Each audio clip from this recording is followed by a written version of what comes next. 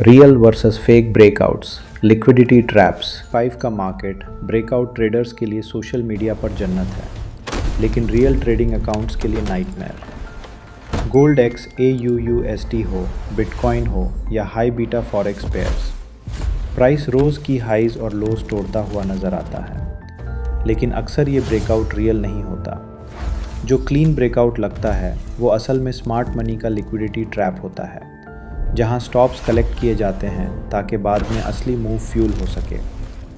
आज के मार्केट में एल्गोरिदम्स ज़्यादा फास्ट हैं, लेवरेज ज़्यादा है और रिटेल पार्टिसिपेशन रिकॉर्ड लेवल्स पर है। इस वजह से फेक ब्रेकआउट्स 2025 में और एग्रेसिव हो चुके हैं, स्पेशली ऑब्वियस लेवल्स और न्यूज़ के टाइम।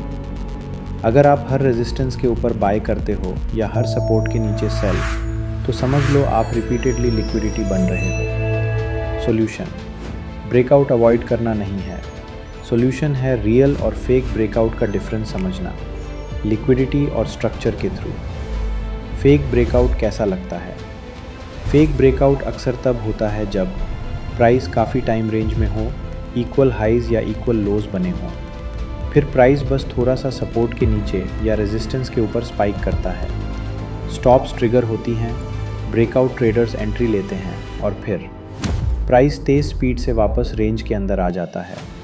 गोल्ड और बिटकॉइन में ये अक्सर साइकोलॉजिकल लेवल्स के पास होता है, जैसे XAUUSD पर बिग राउंड नंबर्स या BTC के 6 फिगर जोन्स। रियल ब्रेकआउट क्या होता है? रियल ब्रेकआउट फ्लैशी नहीं होता, लेकिन कमिटेड होता है।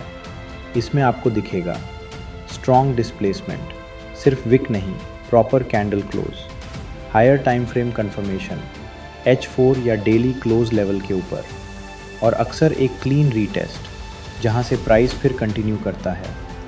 रियल ब्रेकआउट का मतलब होता है मार्केट का जेन्युइनली रीप्राइस होना, सिर्फ स्टॉप्स लेना नहीं। इक्वल हाइज और इक्वल लोज, क्लासिक ट्रैप। इक्वल हाइज और इक्वल लोज 2025 में सबसे ज़्यादा हंटेड लिक्विडिटी पूल्स हैं।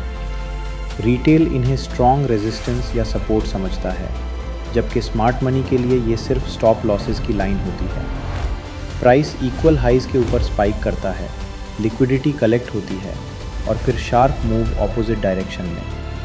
न्यूज़ ब्रेकआउट्स: सबसे डेंजरस CPI, FOMC, NFP जैसे इवेंट्स पर फेक ब्रेकआउट्स और भी ज़्यादा कॉमन होते हैं। इनिशियल स्पाइक पर रिटेल चेज़ करता है और जैसे ही डाटा डाइजेस्ट होता है, प्राइस वायलेंटली रिवर्स हो जाता है। प्रोफेशनल ट्रेडर्स अक्सर पहले केओस को इग्नोर करते हैं और बाद का स्ट्रक्चर वेट करते हैं। हायर टाइम फ्रेम, सबसे स्ट्रॉन्ग फिल्टर।